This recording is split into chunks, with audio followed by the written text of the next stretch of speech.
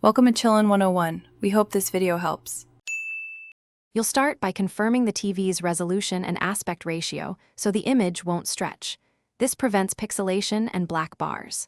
Once done, pick a high-quality JPEG or PNG sized for that resolution or install the TV's Wallpaper app.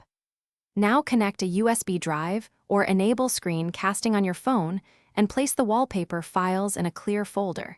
This makes the TV recognize them instantly. Make sure the TV is on the correct input so you can access the file browser or app next. You now navigate the TV's media or photo app to locate the wallpaper file.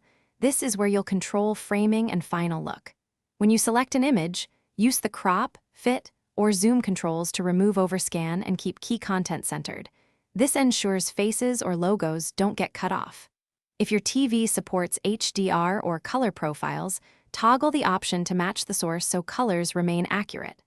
Finally, apply the image as background and save it to your profile so it persists across boots.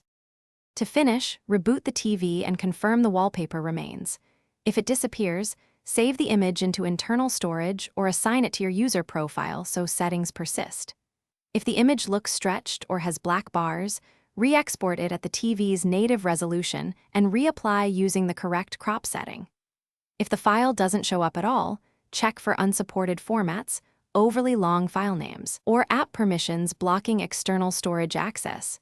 Fix those and retry, and you'll have a stable custom TV background. Thanks for watching.